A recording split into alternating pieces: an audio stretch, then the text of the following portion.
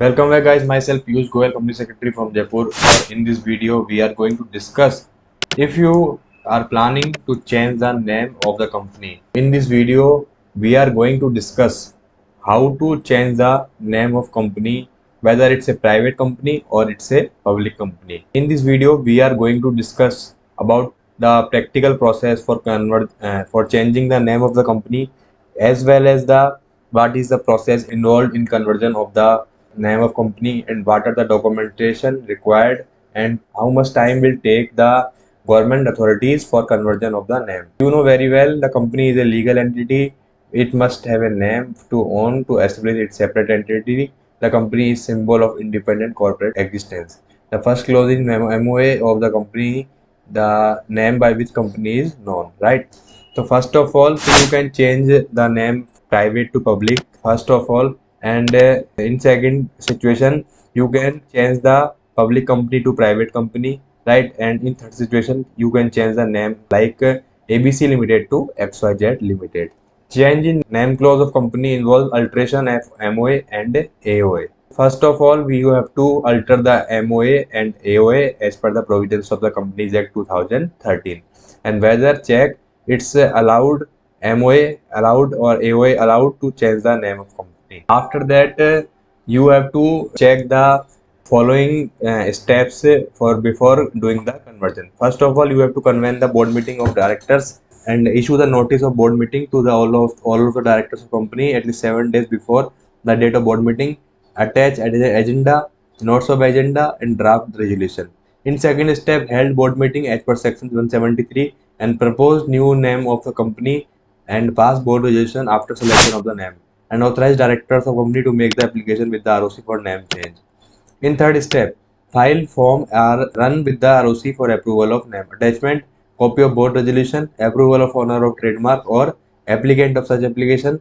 Right in which step 4, name approval certificate from ROC if applied name are available.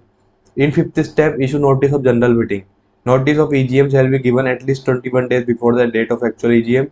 EGM can be called on shorter notice with the consent of at least majority in number and 95% of such part of paid up share capital of company, giving right to vote all the directors, all the members and auditors of the company.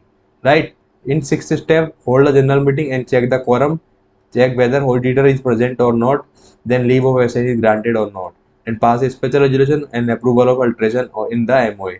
In seventh step, filing form with the ROC. File form MDT 14 with the registrar along with the requisite filing within 30 days of passing the resolution.